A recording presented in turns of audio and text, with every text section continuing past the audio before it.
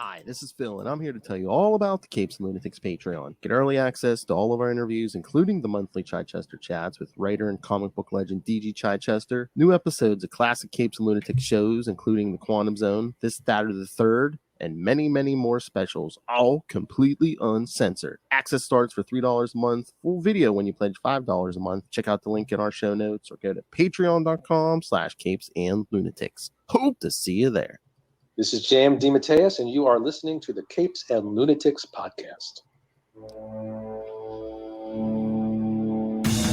All right, kids, welcome back to the Evolutionary War Part 4 here on Marvel Tales. That's right. It's me, I am Phil, joining me, as always, the High Evolutionary himself. It is Justin the Owl stepping out of the evolutionary vat and returning to talk some more of the Evolutionary War with Phil. Yes, we're going to get quite the grab basket this time from X-Men Annual 12, Web of Spider-Man Annual 4, and West Coast Avengers Annual 3. Lots of different things going on here. Oh, yeah. Lots of different locales. The Savage Land, Florida, not the same place. And Close, but not pretty close, yeah. And then Wakanda, and back to the Savage Land. All right, so yeah, maybe we should jump in because we do have three annuals to discuss this time. Yes, and they're packed with a lot of story. Yes, including some High Evolutionary origins. So, All right, so yes, this time we start with X-Men Annual 12. At this point, wasn't the book called Uncanny X-Men? So I'm like, why is the annual just X-Men? Yeah, it was Uncanny. I wonder if they'd change that for the app. No. If you look at the cover, it just says X-Men. There's no Uncanny on the cover. Oh, no. Yeah, you're right. Yeah, you're right. The X-Men. Yeah, there's no Uncanny on this. That's so strange. I know. Yeah, I never noticed that before. Don't put it on there. We need to squeeze in that Evolutionary War banner. There's only so much room on the top of this cover. Exactly. All right, so like I said, X-Men Annual 12 Resurrection. Writer Chris Claremont, penciler Art Adams, inker Bob Wycheck, colorist Glynis Oliver, letterer Tom Orzalski, and editor Bob Harris. Yes, part 7 of the Evolutionary War. This issue.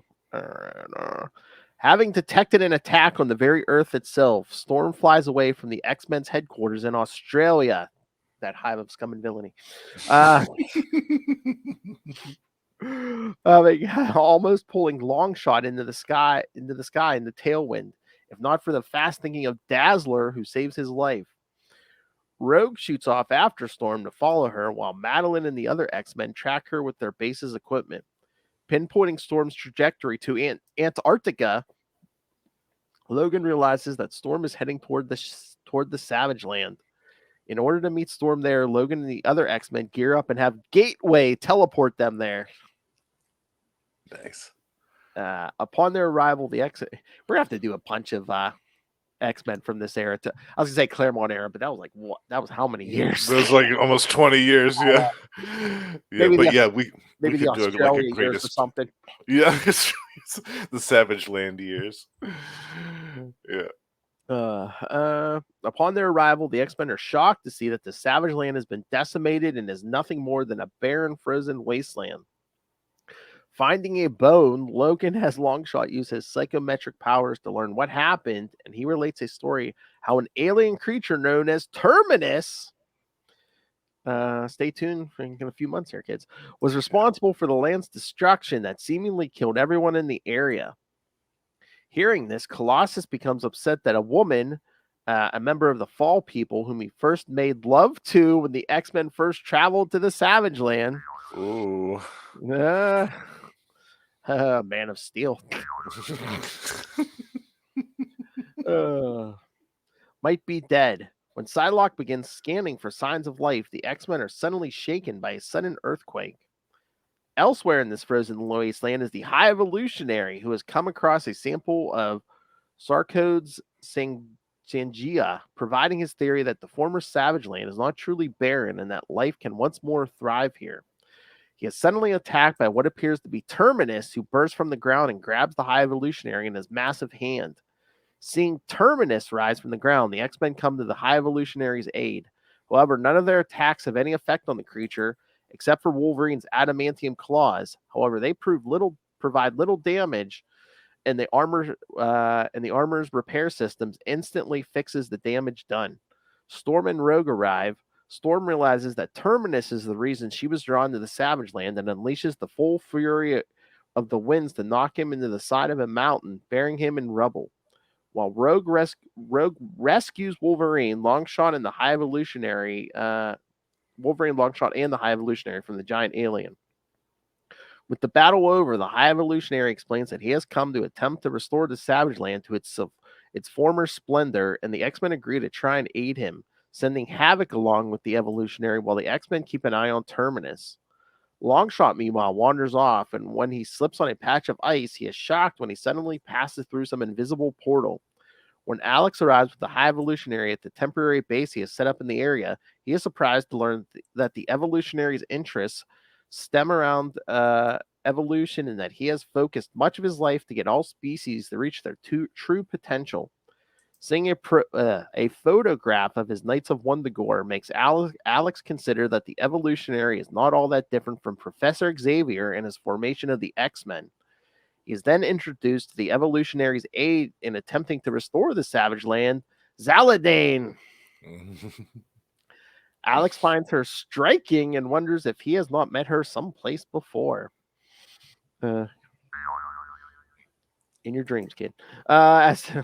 As they begin discussing how to restore the Savage Land, the High Evolutionary tells Havoc that someone of great power, likely a mutant, would be the key to restoring the Savage Land.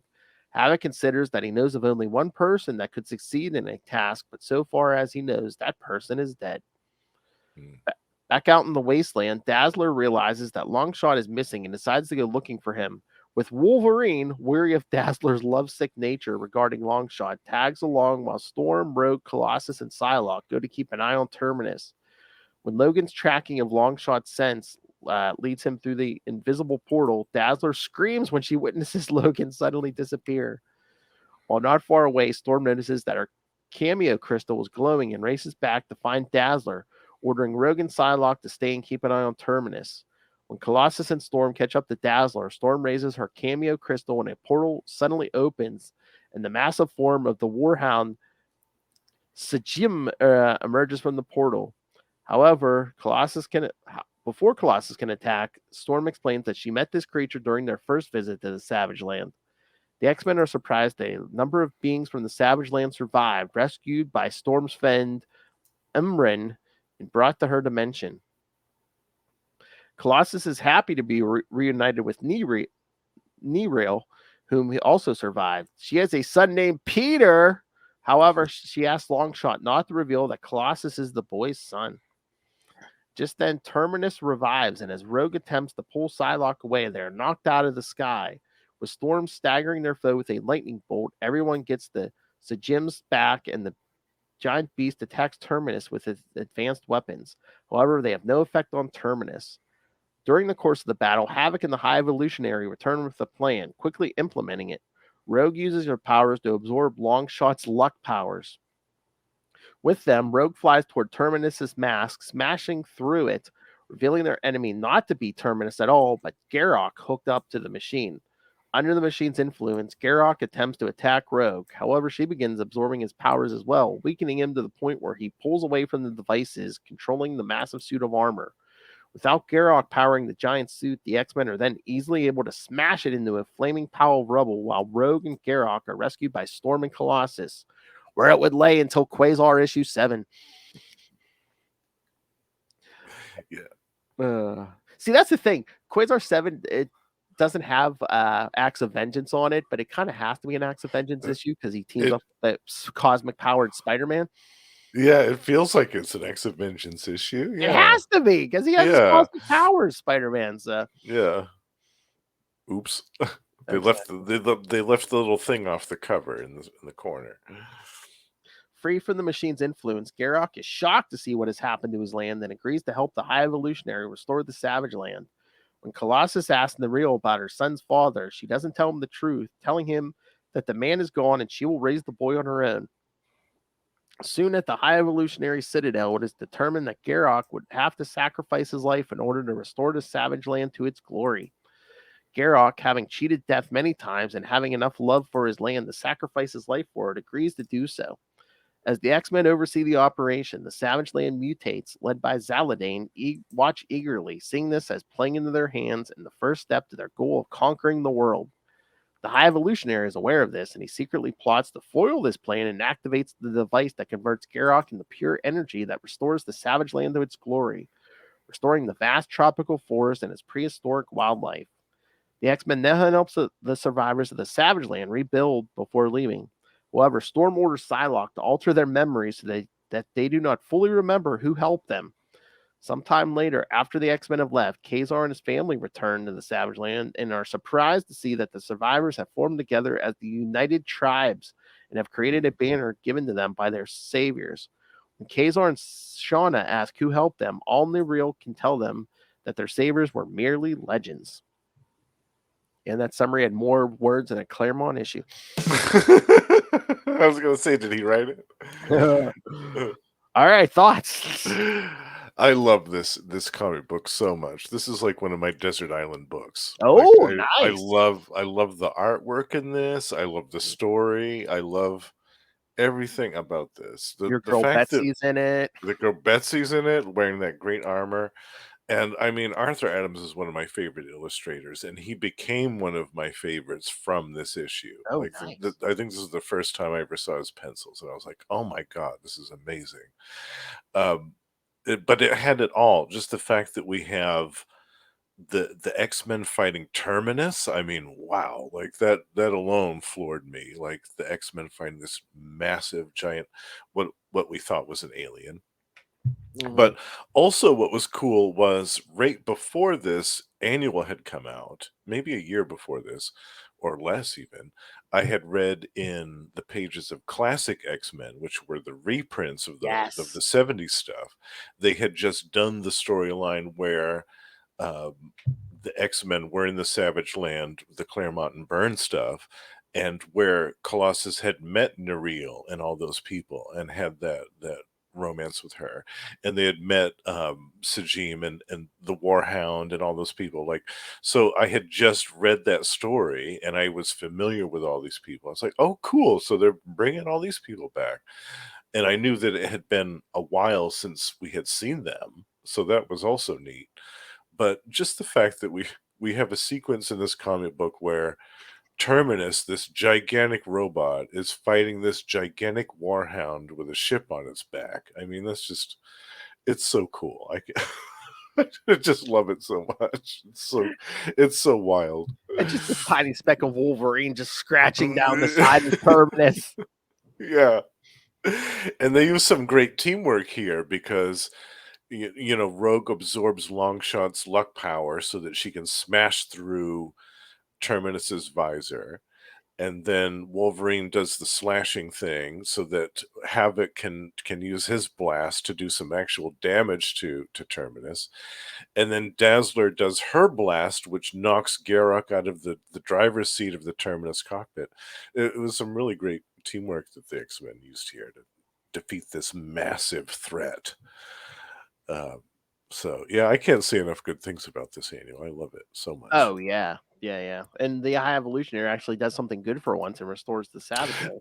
Right, exactly. This is kind of like the most altruistic we see him in the entire Evolutionary War. Like, the first time we see him in this issue, he's just strolling along and observes this flower poking up out of the ground with an almost kind of childlike innocence. And later on, when Havoc is hanging out with him and sees the picture on his wall in his base, he starts comparing him to Charles Xavier and all this stuff. So we see another reason I like this issue is because we see the High Evolutionary through a different lens. Like, Yeah. it's not just this dude that's after that's trying to purify and sterilize people and remove their mutant powers or kill a bunch of drug dealers. Like here he is strolling around in the desolate wasteland that used to be the Savage Land and finds this rare, beautiful flower poking out of the ground and is completely transfixed by it.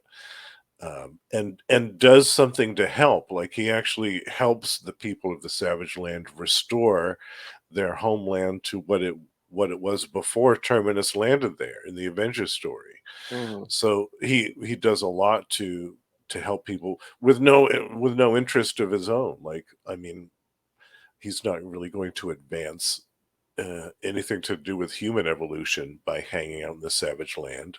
So there's no real ulterior motive for him to do this. He's just doing it out of the goodness of his heart. So that was a nice thing to see too, a different side Oh yeah. of the character. I like that. But I just remember 1988. I was like 10 years old. I remember reading stuff like this. I'm like, so is this guy supposed to be a good guy or a bad guy? I'm like, Yeah, what is he? Yeah. But that's what makes it cool because you don't really know. Like one Mm. issue he's one thing and one issue he's the next. And yes, I mean that does depend on the writer. And I think this was the only time that Chris Claremont wrote a High Evolutionary story, but I really like it because it does add a different dimension on the character, a different side. and I love, the Savage Land was destroyed. Was that an Avengers issue? Was that Roger Stern or? It was, I think, it was Yeah, John Buscema on the artwork yeah. too. So Yeah. then Claremont's like, no, I'm gonna keep playing with the Savage Land, bringing it Yes. back. It's like, no, I'm not done with that yet. Which I was happy about, to be honest with you. When I read that Avengers story, I was like, oh, come on. I love the Savage Land. Like, don't be destroying that I'm thing. sure a lot of people were probably complaining about that. It's probably Yeah. part of the reason they brought it back. Yeah. Wrestle. I We was need shades of gray in our characters. Yeah, That's right. why I Yeah. love That's what Joe makes them Fix. interesting. That's why I Yeah. love Joe Fix It.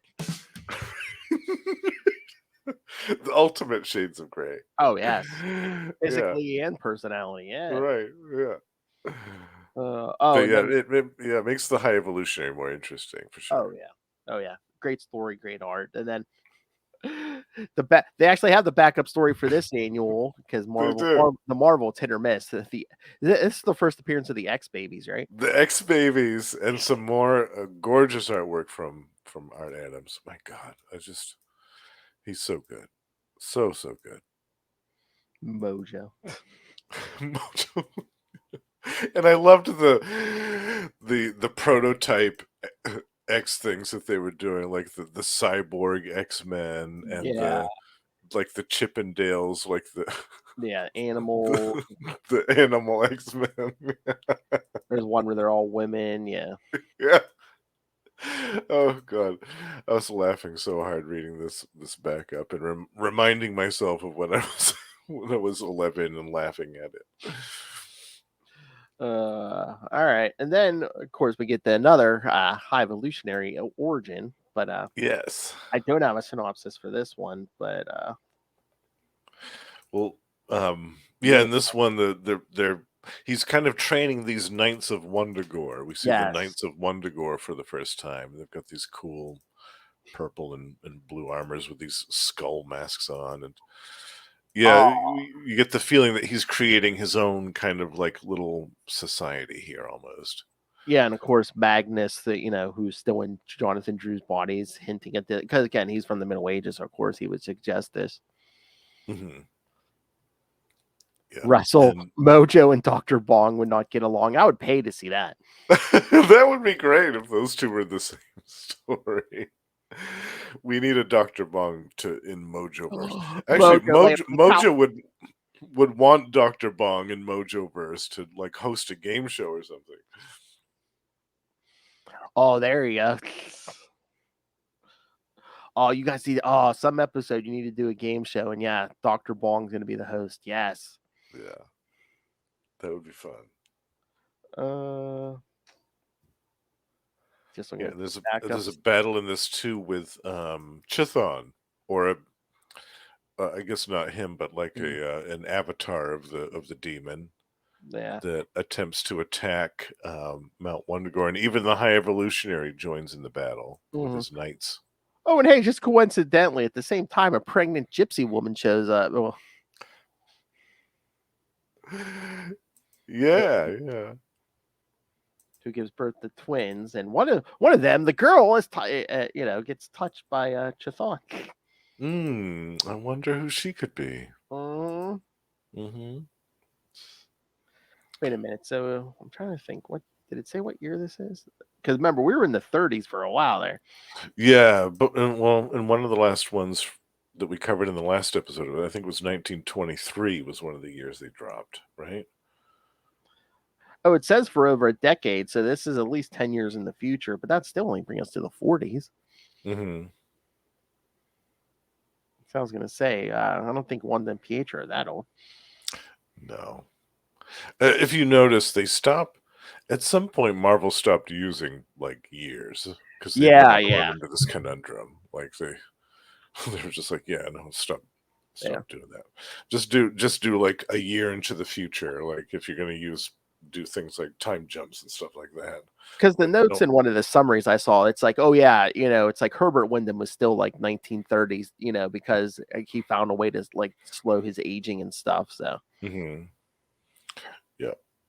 And then again, Captain America is always going to be World War II. He just spends longer and longer in the ice. Right. Yeah. Because remember in the 60s when he first came out, he only been in the ice for like 20 years. And then now it's like. He was in there for 50 years. I know. Oh my God. By the time, can you imagine how many more years we got? Like. He'd have a panic. I cannot wait. I'm going to be an old man if I make it that long. I'll probably be in my 90s, but when they hit the 2060s, I'm like, I was in the ice for 100 years. I was in the ice for 100 years. I have a panic attack every time I pass an ice maker. Oh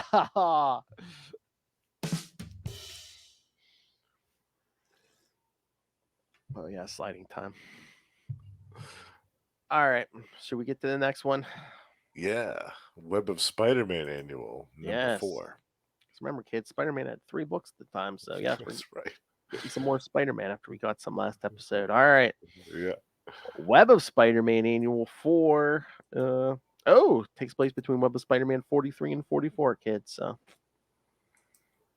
Art by Ray's favorite, Alex Saviuk and John Romita. Oh, maybe the cover. Yeah, the cover. That was the cover, yeah. Alex Saviuk and John Romita. So. Sweet Poison. Oh, writer. I glanced over the credits somehow. Writer Steve Gerber. I forgot about that too. So did I. Yes. Yeah. Yes. It's not just for boys. Penciler and inker Cynthia Martin. Colorist Janet Jackson. Miss Jackson, if you're nasty.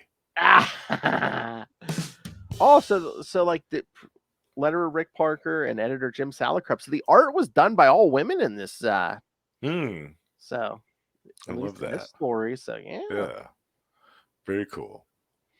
All right. Peter Parker is on a Florida talk show to promote his new book Webs, which features the many photos he took of Spider-Man over the years. I remember this era. After the interview, Peter returns to his hotel room, calls his wife, and complains about how exhausted he is after traveling to 12 cities in 10 days and appearing on 11 talk shows. It was a lot. And I don't know what she was doing with her hair or her clothing on that page. I know. Yikes! She just stuck a fork in a electric socket or something. Because when I saw that, I'm like, oh, of course he's probably being drawn by men, but she wasn't. I'm like, wait, what? Now I'm like, wait, a woman drew her like that in those clothes? Well, it was 88, remember? That's true. Yeah. He tries to convince Mary Jane to come down to Miami to spend some time with him, but she tells him that she has a photo shoot to do and can't make it. When there is a knock at the door, Peter lets MJ go and sees who it is. It turns out to be the hotel cleaning lady who, for some strange reason, has set off his spider sense. Like badly. He's just like, it's like razors. Like a massive migraine attack.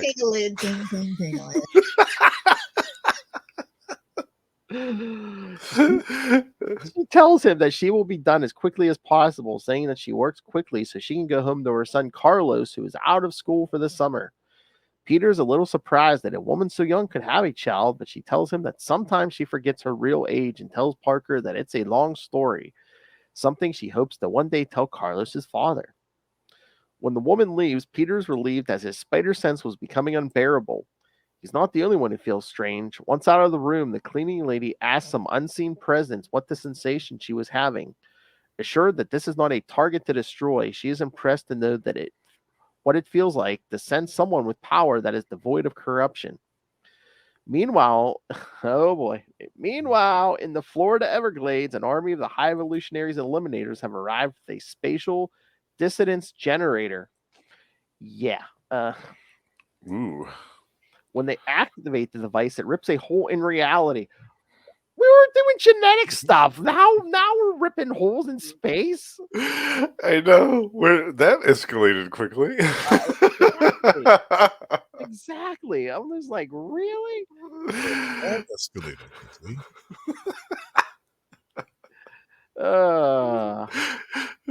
This then attracts the man thing from the swamps. It's a giant Well, thing.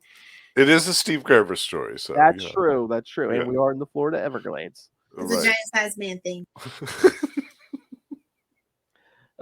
Drawn here by the force that is threatening the land he was chosen to protect.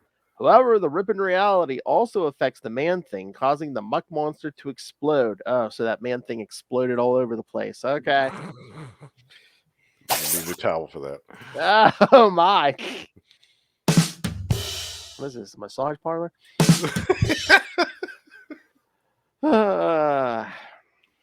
While in New York City, once again, the Kingpin has placed a call to the Slug, Ooh, the slug. drug supplier in Florida, which I remember reading this. I was like, is this his first appearance? No. He appeared in at least one Grunwald Captain America issue before this. Yeah, where Nomad almost beats him to death with his Yeah. bare hands. Ugh. They are talking to the Central American drug supply being cut off and suggest the pair work together to deal with their mutual problem. After getting assurances that the Slug's men were not responsible for the supply cutoff, the two begin getting to work on a joint venture. Later, as the housekeeper that Peter encountered, Cecilia Cardinal, finishes her workday, she tells the voice in her mind that she is tired and wants to go home. As she gets on a bus, the voice tells her that they have to go out that evening so they can hunt, telling her that they get her son a babysitter and get some rest, as the night belongs to them. Back in the Everglades, the Eliminators are reeling with pain from the rip in reality. Suddenly, blood begins to drip out of the hole in existence. When it strikes one of the Eliminators, it burns him down to the bone. They are contacted telepathically by the High Evolutionary, who tells his minions to be brave as this mission is important to his genetic program and the fate of humanity. He explains that the swamp is the nexus of all realities and warns that when there is a cosmic axis shift, genetic pollutants slip through the cracks in reality that can affect the very fabric of existence. Although most of these strains die off in Earth's atmosphere, some could adapt and survive. By this time, Cecilia has arrived home to find her son Carlos watching television. Yeah, G.I. Joe. He spends some time playing with her son before telling him to get cleaned up before going to the babysitter.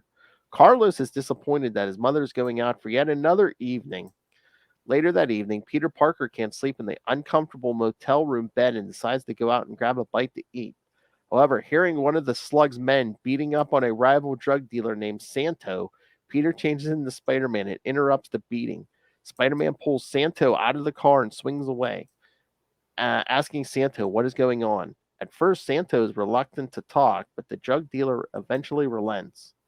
Back at Cecilia's home, the woman has just taken a shower and tells the voice in her mind that she is ready to go out. From her closet hangs a costume as well as a scarlet necklace with a skull on it. She puts on the necklace, the first step in her transformation into Poison. By this point, Santo has finished telling Spider-Man everything he knows, and the wall crawler departs. No sooner is Spider-Man gone does a pair of the Evolutionary's purifiers arrive. The armored being explains that he is preventing the pollution of the genetic structure. He blasts Santo with his purification ray, killing him instantly. By this time, the Slug has learned that Spider-Man is in Florida and calls the Kingpin to report this. The Slug assures the Kingpin that Spider-Man will not interfere in their attempts to secure the drug reserves in the region. Meanwhile, Poison is hovering over her apartment complex. The voice turns her attention to the purifiers that are approaching her home. It tells her that they know about her plan and plan to eliminate her. She floats down to the ground and then kills the intruders in order to preserve her life. Among the people who come out to watch the carnage is their son Carlos. The boy recognizes his mother, but as poison floats into the air once more, his babysitter tells him that it could not be his mother. The voice tells her that they must go to where the worlds intersect. Meanwhile, Spider-Man has gotten a boat and is traveling through the Florida Everglades with the information he got from Santos. Leads him to the hidden cache of drugs that were left over from a recent political scandal. Ooh. The Marvel Comics Presents story, which that's one we're covering, right? Oh yeah. That's the Man Thing. That's the Man Thing one, right? Yeah, the 12-part one. Yeah. So stay tuned for October, kids. Yeah. Finding a discarded refrigerator locked up in chains. Breaking the lock, Spider-Man finds a huge catch of cocaine and begins snapping photos. So we're going from rips to and reality pinching a little bit. cocaine, yes. He's like, I'll just have Everyone loves cocaine. Everyone loves cocaine.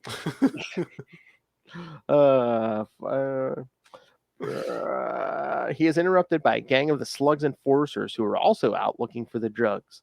However, before they can attack, they are mowed down by two Eliminators. Spider-Man leaps up into the tree to snap more photos when suddenly his spider sense begins going off painfully once again. So I wonder who that could be. It's ting ting tingaloo, ting ting tingaloo. Looking up as he witnesses the housekeeper in the hotel floats down to the ground. Spider-Man can hardly believe it, but is forced to defend himself from the exterminators before he can truly process it. Meanwhile, the voice in Poison's head tells her that they will soon be parting company. It asks her if she will miss its presence, but she will actually be relieved. The essence takes control of her body and begins projecting energy from her body. The presence then emerges from her body as smoke from her mouth. It explains that it has permanently changed her and possibly her son. It also warns that the ones who will come to eliminate her know this, hence their presence here. However, the being has become strong enough to open a portal and return from whence it came. When the tear in the nexus repaired, the Man Thing begins to reincorporate itself and rise from the swamps. It's a giant-sized man thing. Back at the drug stash, Spider-Man finds himself caught in the middle of the firefight. He recognizes the exterminators when he fought some of them alongside Daredevil. See last episode, kids. The Amazing Spider-Man annual. That's right. Soon, the Man Thing arrives on the scene. Seeing the muck monster, both the exterminators and drug dealers try to kill the creature, but their bullets pass harmlessly through the muck monster. Spider-Man then webs up the shooters while they are distracted by the Man Thing. With the danger over, the Man Thing shambles back into the swamps as though nothing had happened. After dropping the crooks off at the police station, Spider-Man returns to his hotel room to try to get some sleep. The next morning, he is woken by a knock at his door. At first, he thinks it is the housekeeper and tells her to go away. However, it turns out to be Mary Jane, who decided to take him up on his offer to come down to Miami after all. Happily ever after. Yeah. Yeah, there's some definite hotel room shenanigans going on there. Yeah. Yes. All right, kids. And again, yes, whatever creature that was has left poison, but she will show up in future Spider-Man issues. And now she has powers, but no creature living inside her. So right. Yeah. And I was looking too, because I wondered where else she had appeared. And there was a story in Marvel Comics Presents that that too. Ran for a few issues that she was part of. And then it looks like she appeared in some Wolverine issues later on. Oh, okay. I don't know if I read those, but yeah, I know. Yeah, she was in Marvel Comics Presents. I read some of that not too recently. And I think there was there's like one Spider-Man story with Peter again, but then I know she does show up when Ben Reilly is Spider-Man also. So yeah, that's the one of the ones I looked at in the list. Yeah. It was I can't remember what year that was, but she appeared sporadically. She shows up. It's like, oh, Spider-Man's me poison, and Ben has to pretend he knows. Like, oh yeah, you. Oh yeah, you. I wonder if it was the Astonishing Spider-Man. Was it that? No, it was no, it was Spider. It was like just the regular the adjectiveless Spider-Man book. Yeah, Oh, okay. it was like right after Ben Reilly becomes Spider-Man. Yeah, but she might show up again in a. Yeah, it looks like there was an issue of Astonishing Spider-Man that she appeared in with Silver Sable and Mysterio. Oh, And that was a Ben Reilly issue. That was from 1998. The Astonishing Spider-Man. I never read that one. But yeah, so Poison's appeared a little bit, like I think maybe 6, 7, 8 other appearances after this. But I thought she was a cool character. I was kind of surprised to see that she hadn't appeared more, actually. yeah. So yeah, she basically got some powers, but I don't know if they ever fully explained what that entity was inside her. I think later on they just call it like an alien or something. But yeah, They didn't talk about it in the Marvel Comics Presents story. I'm trying to remember. I don't remember that either. I've been trying to find back issues of Marvel Tales, so I didn't get the complete story. But yeah, can't remember. Yeah, I can't remember either. But it was cool. I remember thinking at the time that this was so different from the other chapters of the Evolutionary War and the tone. I mean, obviously Steve Gerber, it's going to be different anyway, but I liked how they still thread it together with the High Evolutionary stuff. I just thought it was weird with the whole, like you said, the machine, the reality ripping machine. Like, where did that come from? Like, how? I would have thought that they would have been more interested in taking out the Slug's drug operations in Miami. Yeah, They would have been more preoccupied with that investment rather than this reality warping machine that just kind of came out of nowhere. I mean, unless High Evolutionary thought he was going to get more stuff from the nexus of all realities, or had they succeeded, maybe it just would have been like, oh yeah, by the way, on your way home, go kill the slug. Right? Yeah. While you're down there. Yeah. Yeah. But these weren't the purifiers though, so weren't they the ones killing drug dealers? Well, it was the Eliminators too, which we saw in this okay, issue yeah. with because they were the ones in the Punisher annual that were Yeah. taking out El Cayman's guys. So, yeah, and once again, a Spider-Man annual introducing a new character. Yep. Poison, yeah. Yeah, I wish that she had appeared more, to be honest with you. She's really cool. She's a unique character. Oh yeah. And especially for this time, for 1988, it was nice to see like a Latina superhero or super character. I don't know if she wasn't really a hero in this story. She was kind of a ambiguous gray character, which Almost again, like an anti-hero almost. yeah, which again we always need more of. Yeah. But her powers were so cool, and just her whole thing with the alien entity was so weird and mysterious and neat. Yeah, but again, it's nice to see, especially in this era, not only like a new female character, but not one who wasn't just another white woman. Exactly, Yeah. exactly. Like I said, we needed more of that, especially in 1988. 88, yeah, absolutely. So yeah, that's why I wish we'd seen more of her. I wish that she had appeared more, but maybe we'll see her again some more someday. And again, it's always hard because like whoever creates the character, then if they don't come back to it, someone has to pick them up, which they did with Poison. But yeah, I think didn't Steve Gerber write those Marvel Comics Presents issues with her in them? Oh, he might have. I can't remember. I feel like he did. He did. But I know the Ben Reilly issue was I think it was Howard Mackey. So yeah. Yeah, and he's a good writer. He's got a good grasp of characters like that. Yeah. But yeah, I can imagine that's kind of challenging for people to be like, oh, I've got to write for a Steve Gerber created character. Got to do my homework. I know he squeezed in the man thing. If anything else, if there had been any more Gerber, Howard would have fell through that. I know, right? Yeah. You know how duck penises work. Wow. At first I didn't like the artwork in this issue when I was a kid. I thought it was so different than the art in any of the other annuals. And then, coming from the Arthur Adams artwork in the X-Men annual to this, it was such a different change. But now I love it. Now I think it looks fantastic. I I really enjoy it, especially all of the scenes with all the panels with Poison and the alien entity and the nexus of all realities and that stuff. It's just really great artwork. Cynthia Martin does a really good job with faces too, human faces. And there's a lot of really good ones in this. Yeah. Yeah. I'm just looking at again another summary because again the Poison backup was not on the app, so Yeah, there was a really good backup with her in this. yeah, it gives you her origin here, where it's I have this annual, but I haven't read it in years, so I forgot all about me this. too. Me too. Yeah, It's been well, like yeah, 20 years. well, I mean, basically, yeah, she fled Cuba, when she was pregnant, and that's when this creature, what's the name, Yolandris, merges with her while she's giving birth. Hmm.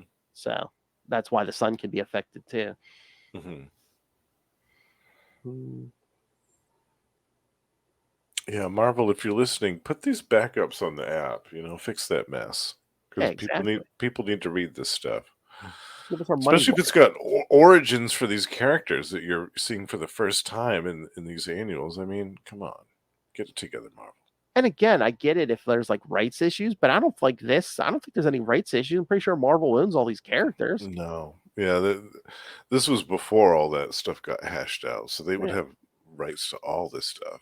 I could 'Cause I want put them to up put whatever they Marvel want. Comics Presents on the app, but like from what I heard, that would be a giant pain in the ass because it's like Yeah. there's so many different writers and artists, and In each issue, there's like what 4 or Yeah. 5, 6 stories. you would have to work out compensation for all these people. It's just yeah. Yeah. Yeah, and how would you do like an omnibus or an epic collection of Marvel Comics Presents in any way that would at all make any sense? I don't know if you could do an omnibus, but I mean, like they could do smaller like trades of like each arc, like arcs and stuff. Mm. Like there was a Black Panther story that went on for God, I don't know how long. Oh yeah, they collected that, didn't they? I don't know. Did they? Oh, The only maybe. one that I know of that they collected, of course, was that Weapon X. Well, yeah. Of course, yeah, The Barry Windsor Smith, yeah. yeah, Yeah. It'd be cool if they collected the Man-Thing story from that, which we're gonna cover later in the year because yeah. that's excellent stuff. It's Steve Gerber with some amazing artwork by Tom Sutton. It's so creepy. It's crazy. I love it.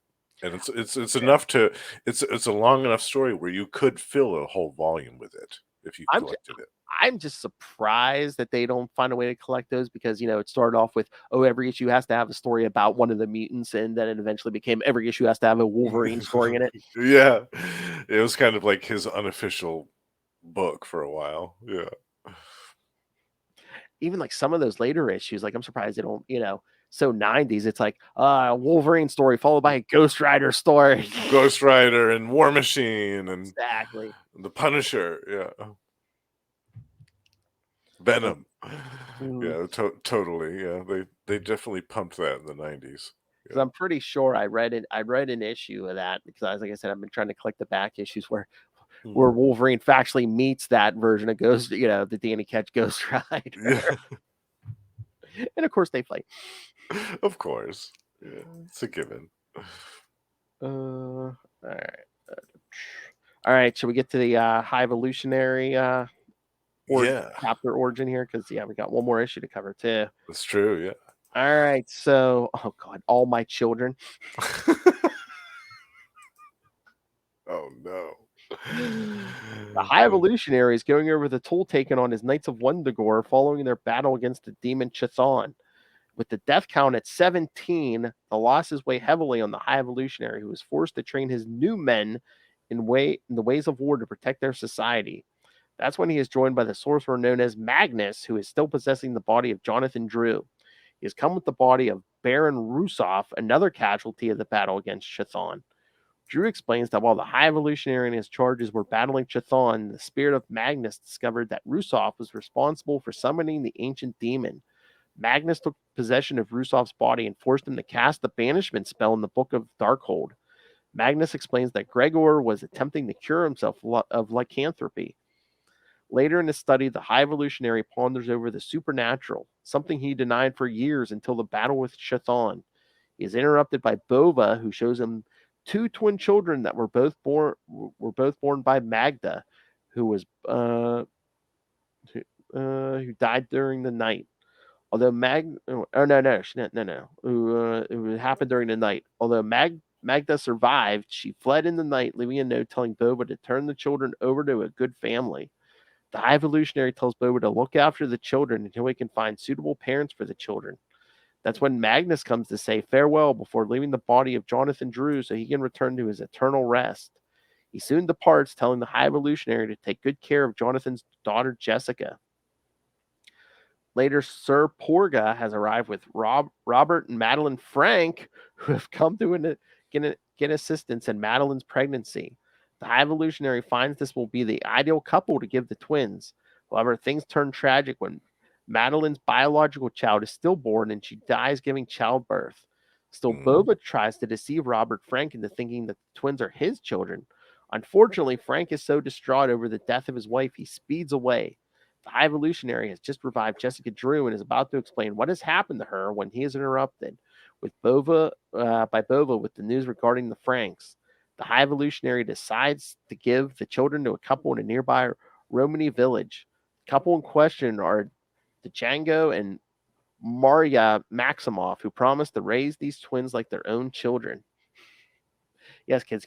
Remember, they thought they were the children of the Maximoffs. Then they discovered they might be the children of, Robert Frank, a.k.a. the Wizard, in his yellow costume and all. Yeah. You're in yellow. Yeah. And then after that, then they discovered they were Magneto's children. Yeah. Yeah, it was a bit. It's fitting that it was named All My Children because it was a little bit of a soap opera for a while. Yes. Who is the real father? Yes, the political scandal was Marvel Comics Presents 1 through 12. So 1 through 12. Yeah. wait a minute. Yeah, it was a long story.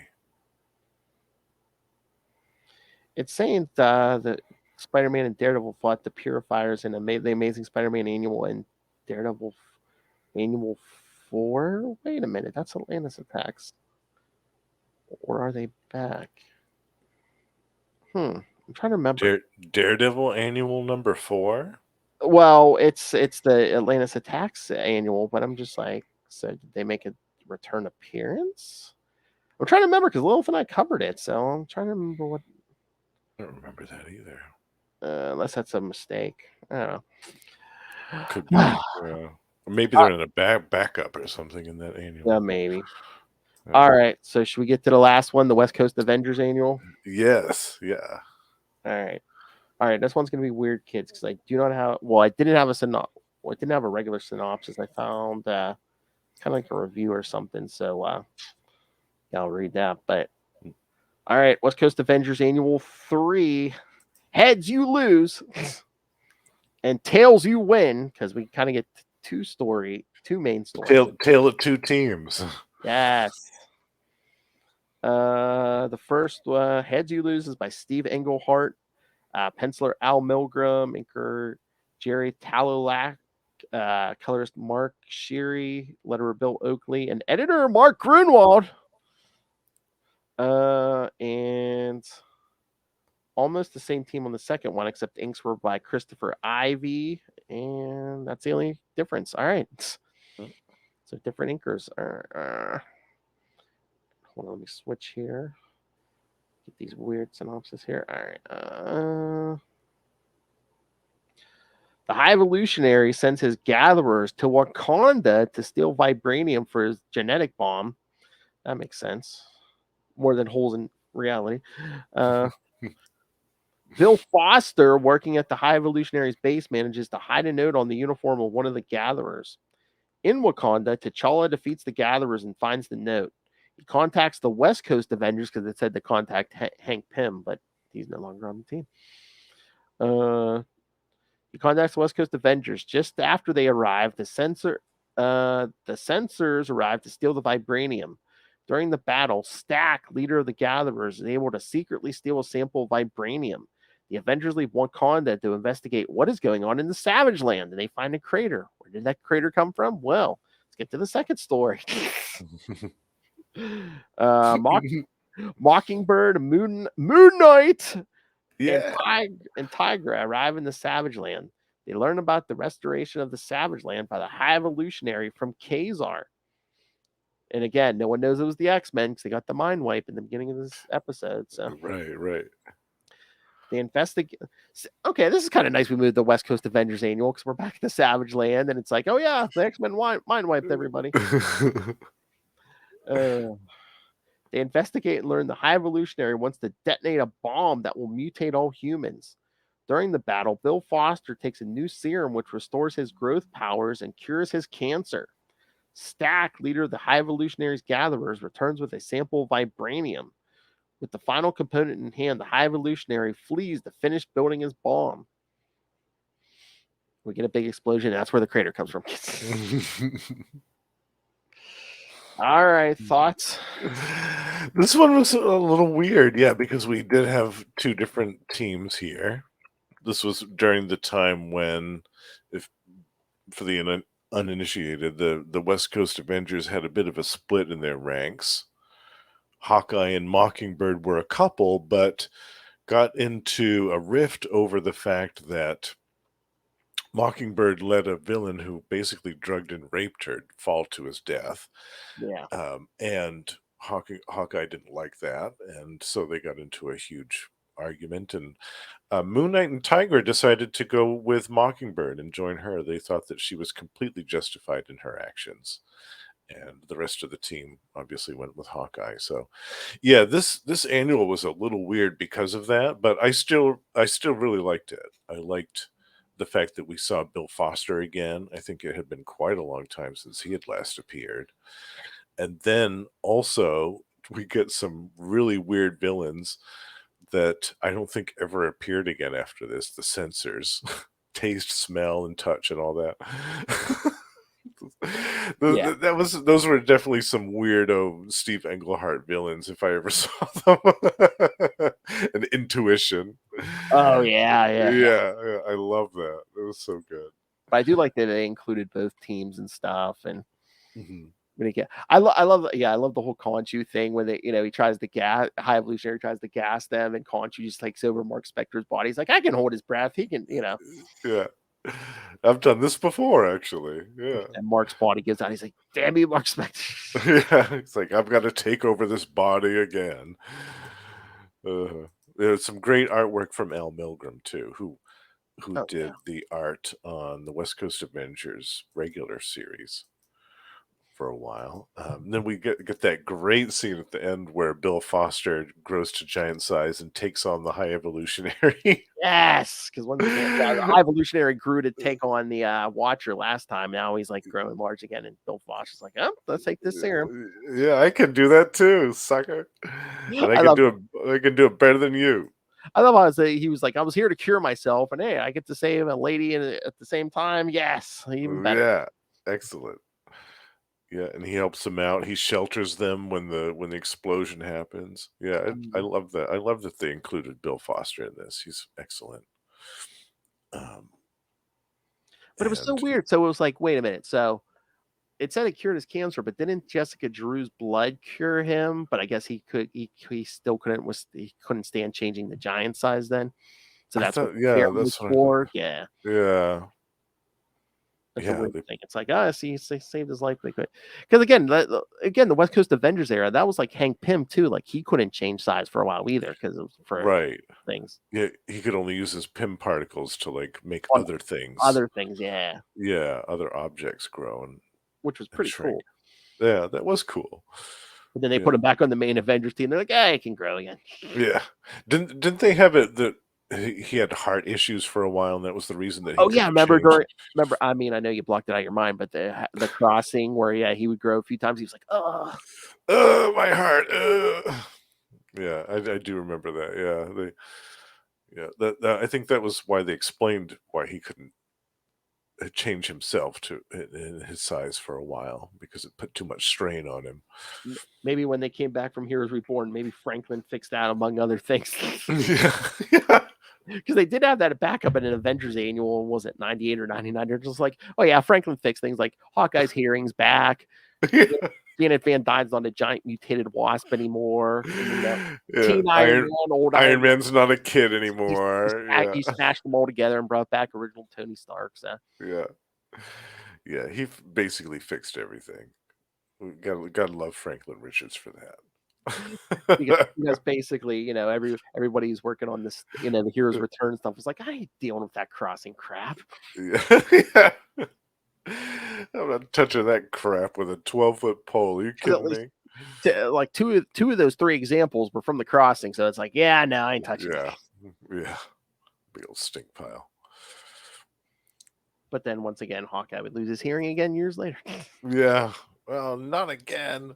Well, that's the thing. It's so weird. I mean, I know different writers in different eras, but it's like in this era, the big, like you said, the big split between Hawkeye and Mockingbird was like, she let she didn't even kill the Phantom Rider, did she? She just let him die, right? He was I mean, he was hanging off the edge of the cliff, and she just kind of stood there and like watched him. She played by Christian Bale Batman rules. I ain't gonna kill you, but I'm not gonna save you. Right? Yeah. Oh, good for you. But it's like Hawkeye's like, Avengers don't kill no matter what, or don't let people die. But then meanwhile, we get to, what 2010, and it's Dark Reign. Hawkeye's like, yeah, let's kill Norman Osborn. Ronan. Let's kill Norman Osborn. Let's how quickly we forget Ronan. Yeah. And plus, like, the thing that I couldn't understand about that was, okay, Hawkeye, we get it. I mean, it's a black and white view, like, good and bad. But this is your wife, for God's sakes. And again, like, too, this is your wife. Your wife was drugged and raped by some dude. Like, I can understand your convictions, but that was your wife. I mean, that should be the one instance where you're like, yeah, you know what, honey, you were right. He should have, yeah. If you didn't do it, I would have. You know what I mean? Yeah. That should have been the one instance where Hawkeye should have said that, especially given his past. He definitely had a checkered past. He definitely didn't have an easy go of it when he was a young man. And forget he skirted the line. Forget that it's his wife. It's like this is a rape victim. Maybe she's not in her right mind. Maybe she was not in her right mind. Absolutely, yeah. There was trauma. There's definitely trauma there. For sure. Trauma response. Yeah. No, when I was reading this at the time, I was on Mockingbird's side. Yeah. I was like, no, Hawkeye's being an idiot over this. Total idiot. And I wanted to see more of this trio of Mockingbird, Tiger, and Moon Knight. I wanted to see more of them. And again, I think it was like, well, that was Englehart, right? I mean, it was kind of him making room so Vision and Scarlet Witch could come back. We had Mantis in here, so yeah, and I liked that too. That Mantis came back where we last saw her in the Silver Surfer annual, right? Well, they mentioned her because supposedly she was it. Oh wait, was he looking for her? Or was she dead? Supposedly dead at that point. I think it was one of the backups that they didn't put on the app. I think. Yeah. Well, he thought she was dead, but she wasn't. Yeah. Yeah, and she appeared on Earth, and she's like, "Well, I've got to seek out some old friends of the Avengers or something." So that's where she ends up. Yeah. Mm-hmm. But it was cool to see her with this team because, as I said before, I love Mantis, the real Mantis, and I felt like her time with the Avengers was too short. Mm-hmm. Like this was a character that was really unique and interesting, and she wasn't in the Avengers for very long, and I felt like that was always kind of weird.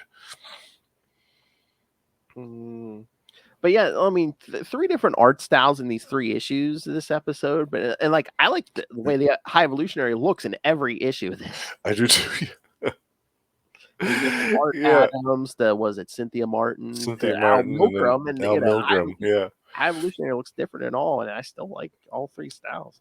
Me too. Yeah, he looks really good, and he's written well too. Yeah, none of the writing makes him seem kind of. There's a good continuity, I should say, between all of the different dialogue depictions of the High Evolutionary. It's very consistent. But yeah, all the art's great. I mean, I love how we have these different varieties of art styles. It's fantastic. And again, it's what was I going to say? Oh, like current art styles. I don't know if it's like because of like digital like ways of drawing and stuff.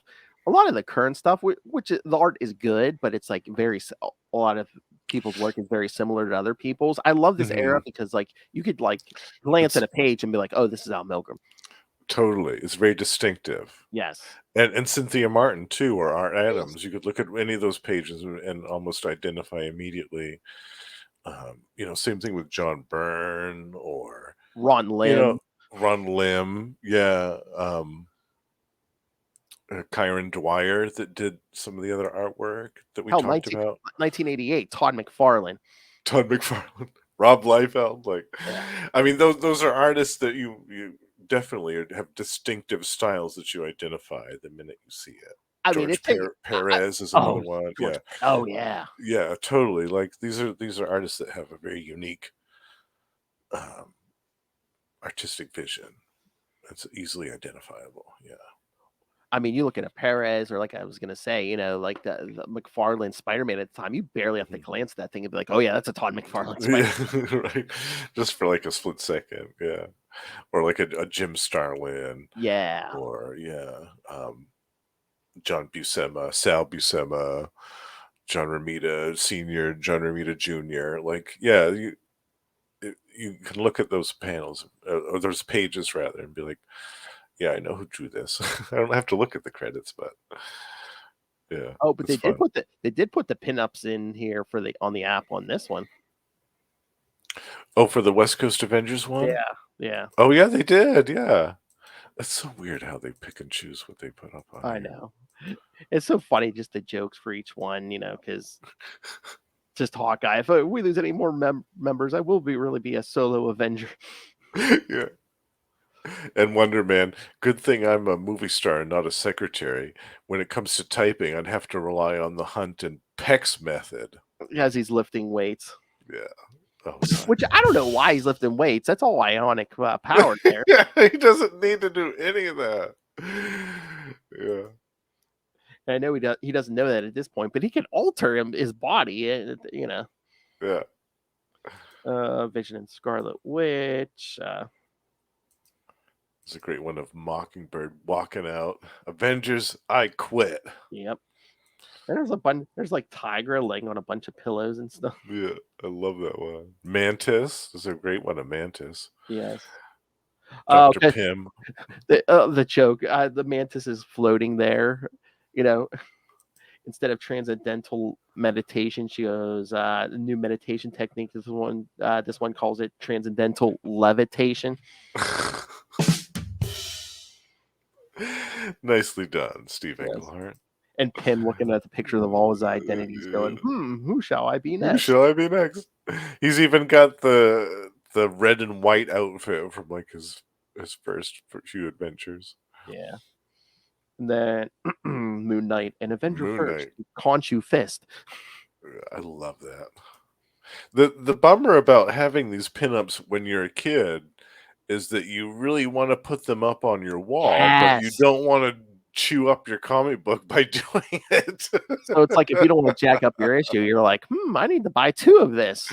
Right. I'll buy another copy and cut that one up, cut the pinups out of that one, which I didn't do at the time, but I thought about it.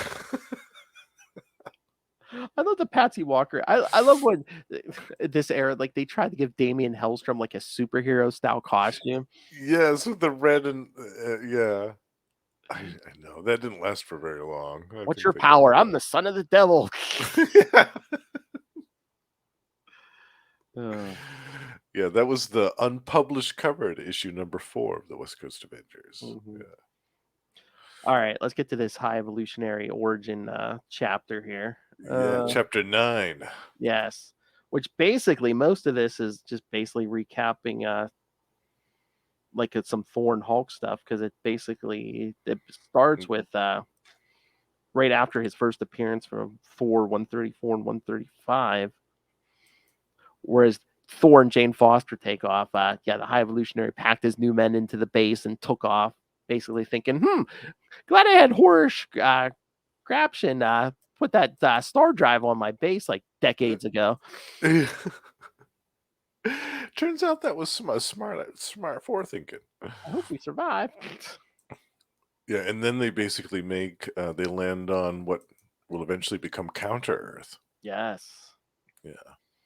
They start to evolve in animals, and Doing more tinkering. the new men eventually start going to war. Mm-hmm. And And then one day, a certain figure very familiar to Justin shows up. yeah. Incredible Hulk. Certain green giant wades his way through the Knights of Wundagore. And the High Evolutionary gets injured, so this is when he takes off the armor and uses that evolution machine on himself. The first time he used it on a human. Yeah. And what he basically he becomes the ultimate. Yeah, basically almost like an energy being. So before he takes off into space, he de-evolves the animals, returns them to normal, and sends Hulk home. So yeah. Man, I mean, it was good, but I was like, we didn't get one Hulk smash in this. Yeah, that was Tales to Astonish 94 through 96 from 1967. So he was saying Hulk smash back Yeah. then. Because all he really says is something floating in air above me. Shouldn't it be like something floating in air above Hulk? Yeah, right. And then Hulk smash. Yeah. I never read those Tales to Astonish issues.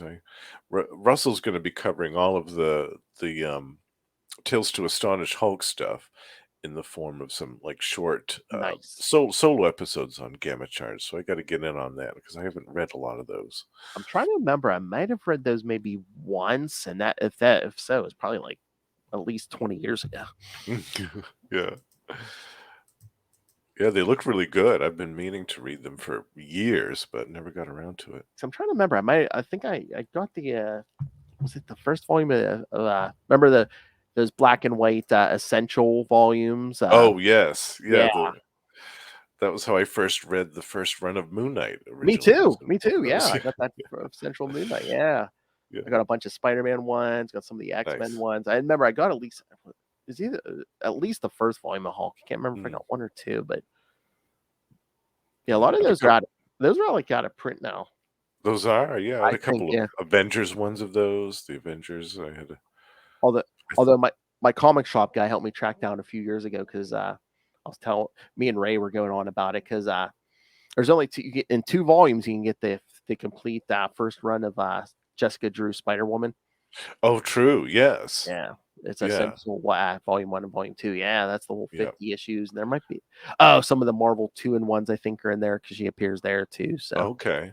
Yeah, they haven't collected that original Spider-Woman series much at all. I think they only ever did it in that black and white volume and also the Marvel Masterworks, but I think that's it. Yeah, probably. Unless probably Ray knows for sure. I'm sure, but I don't think they've collected it in like an omnibus or epic collection, so I'm sure that those are highly sought after. And I know last year they did a new collection. They did like the whole 25 issues, the original She-Hulk run.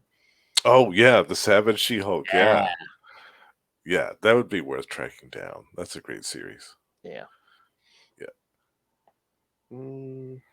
So yeah, this one basically just ends with the High Evolution, the evolved High Evolutionary going off into space. Yeah, to begin his quest as an infinite being. But we'll see him again in chapter 10 of the High Evolutionary's origin story. That's right.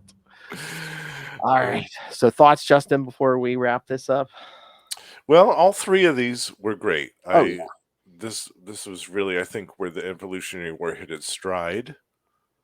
I feel like all 3 of these annuals were really strong, had great writing, great art, great stories, and moved the whole overall narrative of the Evolutionary War along very well, without getting it too bogged down with too much unnecessary extra stuff and details. Yeah, and I like how some of these, I mean, again, like I said, the beginning ones weren't bad, but I think it's really moving along now. And I like how a lot of these writers like wove their evolutionary war story into like their ongoing, like, the Fantastic Four last week, and Right. Yeah, because that Fantastic Four annual, like, that didn't even need to feature the High Evolutionary or no, his no, soldiers at all. Like, that could have been completely someone else, or all of that could have been removed, and it could have been just about the Fantastic Four versus the Inhumans for the yeah. whole story. But Steve Englehart wove that Evolutionary War stuff into that annual very well and And it made it makes make sense. it makes sense. Yeah, I mean, the High Evolutionary I could see him going after Inhuman DNA. Yeah, Sure, he'd be definitely interested in the Terrigen Mists. yeah. He would be completely interested in that. The only thing that was weird to me was the Spider-Man annual where they had the reality machine out. Like, that was the only Yeah. part that I was like, I don't get it. But that was it. Everything else made sense, and it was But good. again, too, it's Gerber. I guess if he wants an appearance of the Man Thing, that Yeah, right. It makes sense in that aspect. Yeah. that's the thing. It's like some stories. Does it seem like the High Evolutionary can just be whatever they want him to be? Because I mean, he's supposed to be a geneticist, but now he's opening holes in reality. Yeah. He's the nexus of all realities, but still, he can come up with a dimensional machine and stuff. It's Yeah, and he wasn't really interested in it in the previous few chapters of the story, but all of a sudden he's really keen on it. And again, I know that armor is indestructible, but it seems like they make him, if they need him to be invulnerable, he's Mm, invulnerable. He can change sizes and stuff. yeah, it's never really. Yeah, I don't think, if I remember right, even in the official handbook, they never really go into detail about what the limits of his powers are. Always just tinkering with his own DNA. He can do whatever he wants. He's the High Evolutionary. Anymore, and he'd be that a-hole Adam Warlock. Jeez, Yeah. I hate Adam Warlock. He's like, oh, he's the best at everything, and especially Starlin's writing him. He's such a It's pretentious just, a-hole. yeah, can do no wrong. Yeah. Oh, Except but when he's the Magus, then he can do anything but wrong. He can exactly. always do wrong. Oh, but I did like these Kazar appearances in some of these issues. That reminds me, again, we always say this, but yeah, next year I want to cover some of that Kazar from the '90s. Like I said, I think I'm pretty sure that's Mark Waid. So Yes, yeah, we were talking about that. We definitely should, because I haven't read any of those, yeah, and I would yeah, love to. I probably haven't read those since the '90s. So I would even be willing to go back and read the older Kazar stuff oh too, from the yeah, 70s, the 80s. Like, I know we talked about that too, but that stuff is prime, and I would love to cover that. Yeah, it's I prime was stuff. gonna say at least a month. 'Cause I was trying to can't remember how long that '90s stuff went, but yeah, I wanted to try to squeeze in all that '90s stuff. But Mm. as we do two I more Kazar. Yeah, if I remember right, I don't think all of it was on the app. I think maybe the first 12 issues Okay. were on there. Yeah, But 'cause I maybe by never the time we get around to it, maybe they'll have added more. maybe Yeah. yeah, because I never finished that series. So yeah, I'm kind of curious Hmm. about that too. That would be cool too. Yeah, you could see how it all ended up. Yeah, we got to add that to the schedule for sure. I know that if you're listening and you're doing the drinking game, then take a shot. But yeah, Noel, Noel's drunk by now. yeah. Oh wait, we want to get Lilith drunk. Well, that's quite possible because her tolerance is so high. But yes, this episode right here is the penultimate episode of Evolutionary War. Take a drink, Lilith. That's right. Penultimate. Penultimate. That's right, kids. Because next week we're going to wrap up the Evolutionary War with Spectacular Spider-Man Annual 8, Avengers Annual 17, and we'll see a different outcome of that war in What If Volume 2, Number 1. Yeah. I'm excited about that. Yes. I love that what if issue. Yeah. So yeah, kids, send your thoughts on those. Email us, CapesandLunatics@gmail.com, or call the voicemail 614-382-2737. That's 614-38-CAPES. And again, find all things Capes and Lunatics, episodes, merchandise, social media, the Patreon. Join the Patreon elite. Yes. Like Join me in the elite. Yes, yes. All the bonus episodes, Phil and Lilith are covering Heroes Reborn currently. And that has to be heard to be believed. And again, we welcome everyone, but we need some women over there. It's a complete and total sausage fest over there right now. So please, ladies, you have a few Yeah. extra bucks, please. Come and join the Patreon. But find everything at tubespace.io/CapesandLunatics Podcast Network. That's tubespace.io/CapesandLunatics Podcast Network. All right. Patreon Elite member Justin. You're here every week. You're on We Are the Night. The Batman podcast. Where we Once a talk month. about Azrael once a month. That's right, kids. Doing the Lord's work, literally. That's right. St. Dumas's work. Yes, exactly. And remember, kids, get in touch with that Predator and Prey podcast, which you're about to hear, where to find them, because demand that they do a Predator Batman stuff with us in a crossover. They have to convince one of their hosts to do that, so please do that. Exactly. All right. But speaking of that and Gamma Charge, Justin, where can people find all of those? Yes, as Phil said, I could be found over at Predator and Prey, a Yocha podcast with both Russell and Ray, where we cover everything to do with Fox's Predator once a month, including action figures, comic books, movies, and more. And yes, send in your petitions so that we can bump up Batman versus Predator on the schedule. Right now, we're covering the Dark Horse Years omnibus of the Predator, as well as the new series by Ed Brisson and Nitho Diaz, which is excellent. If you haven't read that, do check it out. And also, Russell and I can be found twice a month over at Gamma Charge, the strongest podcast there is, where we talk about everything to do with the Hulk and She-Hulk twice a month. And we also have a Patreon as well, so do think about that if you'd like. We do bonus episodes once a month there too. And last but certainly not least, the Lost Library of Legends, my solo podcast comic book project, is almost done, in which I will be once a month talking about lost and undiscovered comic book gems from the last 30 to 40 years. Yay! Finally. Yay. It's almost ready after a year and a half of talking about it. Scream at! Meanwhile, I'm probably the one who slowed him down. I'm like, hey, do some shows with me. No, it wasn't you that slowed me down. It was just my own. At first, I was over editing. I was recording stuff and I was over editing it. I was being too much of a perfectionist. And then I was like, Justin, you need to let it go. This is crazy. Yeah, exactly. Leave the imperfections. That's right. People can deal with my listening to my ums and my ahs and my breaths and stuff like that. Yeah, you can beat that out of yourself, just listen back to all your episodes. I know when I started, that's what I did. I listened back to all. I'm like, I hear those ums and ahs. So yes, eventually, makes a little mental note for next time. Always in the back of my head now. I'm just like, you know what? Silence is better than ums and ahs. Yeah. Right. Yeah, but no, that's what was. No, that's really what was slowing me down. Was I was over editing and that was fine. But it's almost ready. It's almost ready. Yay! Yeah. All right, kids. Thank you for joining us again. Next week, one more Spider-Man, and we wrap up the Evolutionary War in Avengers, and then we get the What If version. Mm-hmm.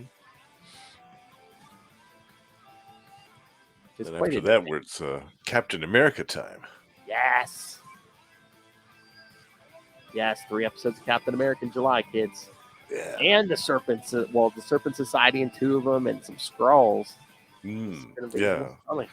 Send in your thoughts on the Serpent Society. We'd love to hear those. Send them in the Evolutionary War. Come on, lazy guys, keep going.